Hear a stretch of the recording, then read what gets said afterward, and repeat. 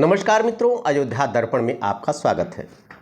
2027 के चुनाव के लिए सभी पार्टियों ने अपनी गोटी फिट करना शुरू कर दिया है।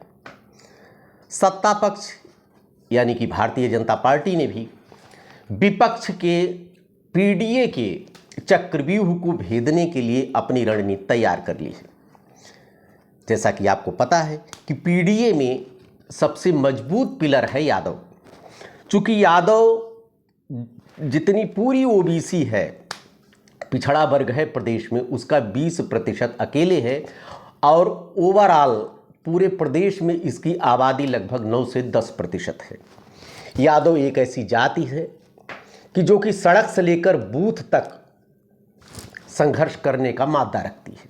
पिछड़ी जातियों में सबसे मजबूत यादव है और भाजपा को लगता है कि अगर यादव को अगर हम साध लेंगे, चूंकि सपा का यादव और मुस्लिम कोर वोट बैंक है, यादव वहीं पर भाजपा को वोट कर सकता है कि जहां पर उसका अपना प्रत्याशी स्वजातीय होगा।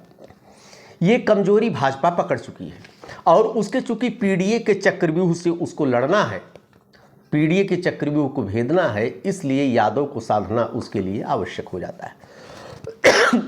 भाजपा की रणनीति मित्रों ये है कि जहां पर यादव प्रत्याशी होगा वहां पर यादव लड़ा देगी, जहां पर मुस्लिम प्रत्याशी मिलेगा सपा से वहां पर भाजपा यादव दे देगी।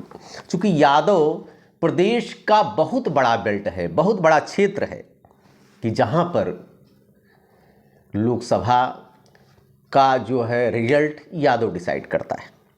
जैसे आप इटावा देख लीजिए, बदायूं, फैज़ाबाद, संत कबीर नगर, बलिया, एटा, मैनपुरी, फिरोज़ाबाद, जौनपुर, आजमगढ़ तो आप समझते हमेशा से हब रहा है, वहाँ पर भाजपा कभी जीत ही नहीं पाई, लेकिन गणित उसका मजबूत था तो लोकसभा चुनाव में पिछली बार दिनेश लाल यादव निरहुआ जीत गया था और भी धर्मेंद्र यादव को परास्त किया था।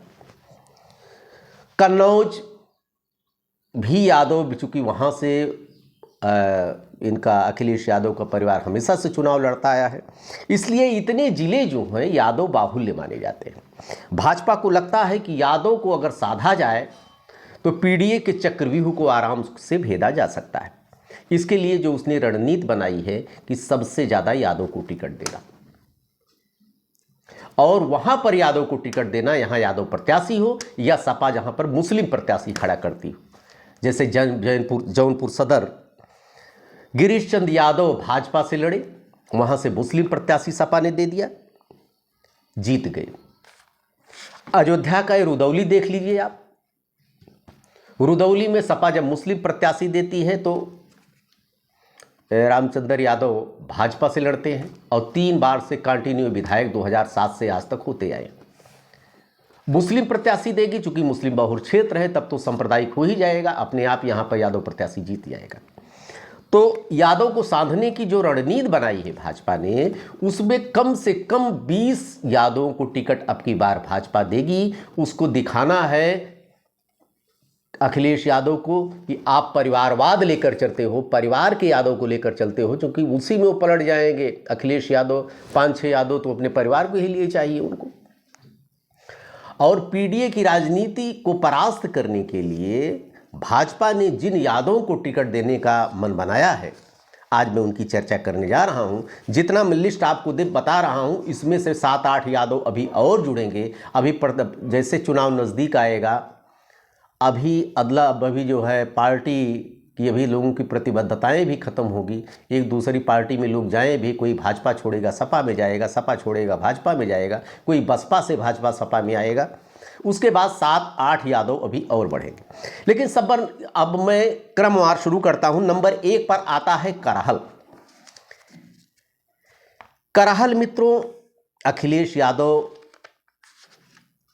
यहां से पहले विधायक थे, वो लोकसभा के प्रत्याशी चुने गए कन्नौज से। उसके बाद यह सीट खाली हुई तो वहां से लड़े अनुजेश यादव।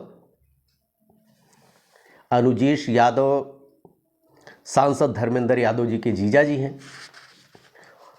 अनुजेश यादव को भाजपा अवश्य टिकट देगी। उनके खिलाफ तेज प्रताप यादव को उतारा गया था, सपा ने उतारा था, लेकिन बहुत मुश्किल से मात्र 14,000 वोटों के अंतर से 14,000 वोटों के अंतर से सपा वहां पर विजयी हुई। बहुत तगड़ी फाइट दिया अनुजेश यादव ने, इसलिए अनुजेश यादव करहल से निश्चित रूप से टिकट पाने जा रहे हैं। नंबर 2 आती है मित्रों रुदौली। रामचंद्र यादव बहुत बड़े नेता हो, अब तो बड़ा कद हो गया। ये भी कहा जाता रहा है कि अयोध्या में अगर रामचंद्र यादव को भाजपा प्रत्याशी बना देती लोकसभा का, तो जो दुर्दशा भाजपा की जो किरकिरी हुई पूरे देश में, यहाँ से लल्लू सिंह चुनाव हार गए, भाजपा कभी चुनाव न हारती। लगभग 1.5 लाख वोटों की लीड से रामचंद्र यादव अयोध्या के सीट भाजपा की झोली में डाल देते, लेकिन ऐसा नहीं हुआ। भाजपा यहाँ से हार गई। रुदौली से चूंकि सिटिंग विधायक रहे हैं रामचंद्र यादव, 3 बार से लगातार जीतते आए हैं, और यहाँ से चाहे यादव को दें चाहे मुस्लिम प्रत्याशी को दें, हमेशा भारी रहते हैं रामचंद्र यादव जी, इसलिए टिकट इनका मिलना लगभग भाजपा से तय माना जा रहा है। तीसरे नंबर पे आते हैं मित्रों गिरीश चंद यादव। गिरीश चंद यादव जी जौनपुर से भाजपा के टिकट पर जीते हैं। जैसा कि पहले बताया था हमने कि जहाँ पर मुस्लिम देगी सपा, वहाँ पर भाजपा यादव को दे देगी। गिरीश चंद यादव को टिकट दिया और जौनपुर सदर से उन्होंने मुस्लिम प्रत्याशी को हरा दिया, इसलिए गिरीश चंद यादव को निश्चित रूप से अब की बार भाजपा टिकट देगी, चूँकि ये पहले से जीते प्रत्याशी हैं। 2022 में इन्होंने चुनाव जीता है। उसके बाद आते हैं Bhojpuri film star Dinesh Lal Nirahua. Party के प्रति इनकी भाजपा के प्रतिबद्धता है। हालांकि 2024 में चुनाव हार चुके हैं, लेकिन एक बार ये 2019 में इन्होंने धर्मेंद्र यादव उपचुनाव में था कि धर्मेंद्र यादव को एक बार पराजित कर चुके हैं। चूँकि वहाँ पर बसपा ने मुस्लिम कैंडिडेट दे दिया, आराम से इन्होंने धर्मेंद्र यादव को इन्होंने पराजित किया था।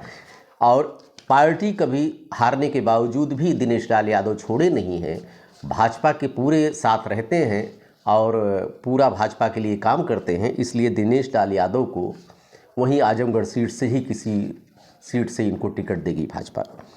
उसके बाद 5वें नंबर पे आते हैं मित्रों अरुण कांत यादव। अरुण कांत यादव रमाकांत यादव जी के सुपुत्र हैं आजमगढ़ में, और रमाकांत यादव शुरुआत तो सपा से किए थे, लेकिन बाद के दिनों में मनमुटाव हुआ, सपा से बात इनकी नहीं बनी, भाजपा में चले आए। हालांकि कई पार्टियों में रहे हैं, कभी सपा में भी रहे हैं, भाजपा में भी रहे, भाजपा में है ही, बसपा कांग्रेस सब में रह चुके। इनके सुपुत्र हैं अरुण कांत यादव, फूलपुर पवई से वर्तमान में विधायक हैं, और इनको भाजपा अवश्य टिकट दी। 2022 में चुनाव इन्होंने नहीं लड़ा था। मनोज यादव निजामाबाद। मनोज यादव निजामाबाद 2022 में हालांकि ये चुनाव हार चुके हैं, लेकिन ऐसा लगता है कि इनको भी पार्टी टिकट देगी।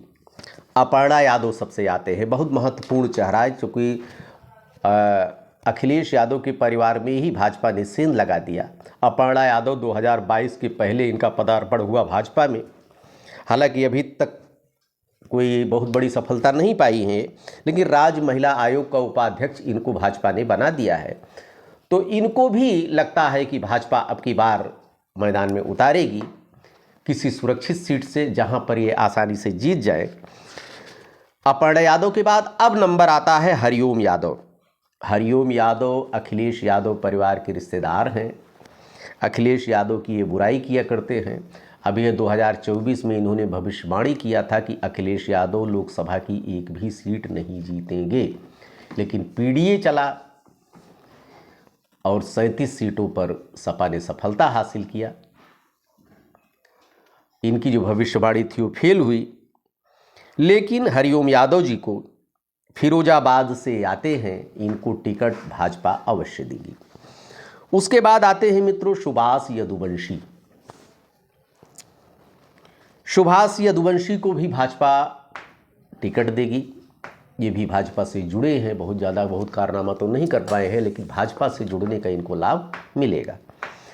इसके बाद मित्रों एक सीतापुर से बीजेपी की टिकट मांग रहे थे लोकसभा का, यादव थे महेंद्र यादव जी। महेंद्र यादव जी भाजपा का टिकट मांग रहे थे, इनको टिकट नहीं मिला। सपा बासपा के गठबंधन में ये सीट चली गई कांग्रेस के पक्ष में। सपा मतलब कांग्रेस यहाँ पे चुनाव लड़ी।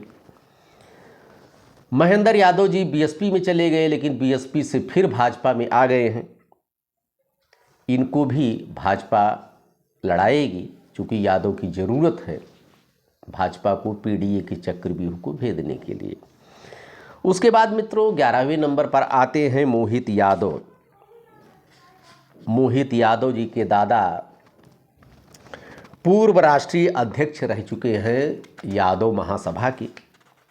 बहुत बड़ा कद हुआ करता था, इनके दादा थे कि पिताजी थे। उसी परिवार के हैं मोहित यादव जी। भाजपा इनको भी टिकट देगी। मित्रों इतनी तो लिस्ट हमारे पास अवेलेबल है जिसको कि टिकट मिलना लगभग तय है, लेकिन 7 से 8 सीट ऐसी हैं कि जहां पर उस समय निर्णय होगा कि भाजपा किसको टिकट देगी। जहां पर यादव प्रत्याशी लड़ेगा वहां पर मजबूत यादव को देना पड़ेगा। जहां मुस्लिम प्रत्याशी लड़ेगा सपा से, वहां से यादव को टिकट देगी भाजपा। 7-8 अभी और जुड़ सकते हैं। 20 यादव कम से कम भाजपा अब की बार टिकट देगी, चूँकि पीडीए से लड़ना है। और पीडीए का जादू अभी लोकसभा चुनाव में चला है। 37 सीटें अकेले सपा जीत गई, 6 सीट जीती थी कांग्रेस।